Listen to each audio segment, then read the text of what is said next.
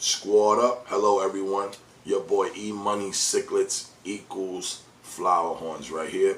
Doing a collaboration video with my boy Fish Keeping Jamaica. You already know Mr. Controversy right here. My boy don't take no nonsense. You already know y'all love is love always.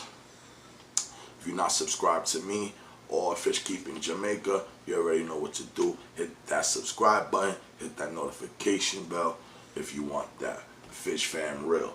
But basically, he had 3 questions for me, and these are the 3 questions right now.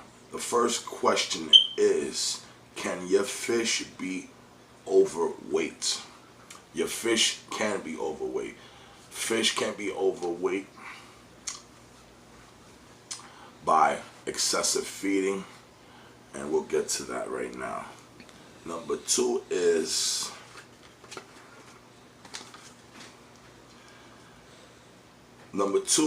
really number 3, so I'm gonna do it like this so everything can fall into line. And the question is, how do I know my fish is overweight? Okay, how do you know your fish is overweight? When you notice your fish, how can I say, lagging, not being as active, when you see your fish really chilling in the bottom of the surface, really,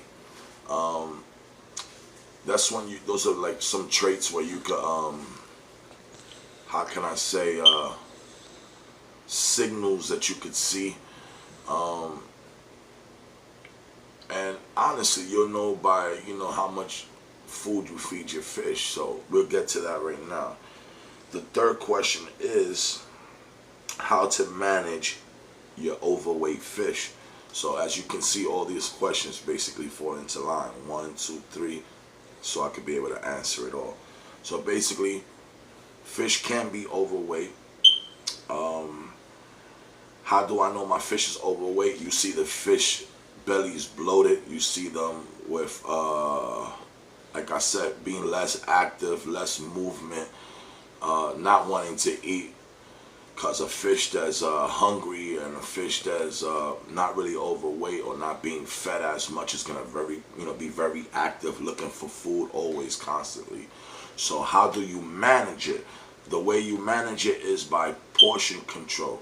You have to give your fish, all type of aquarium fish, don't matter what it is, from salt to freshwater, you're supposed to have them all on portion control.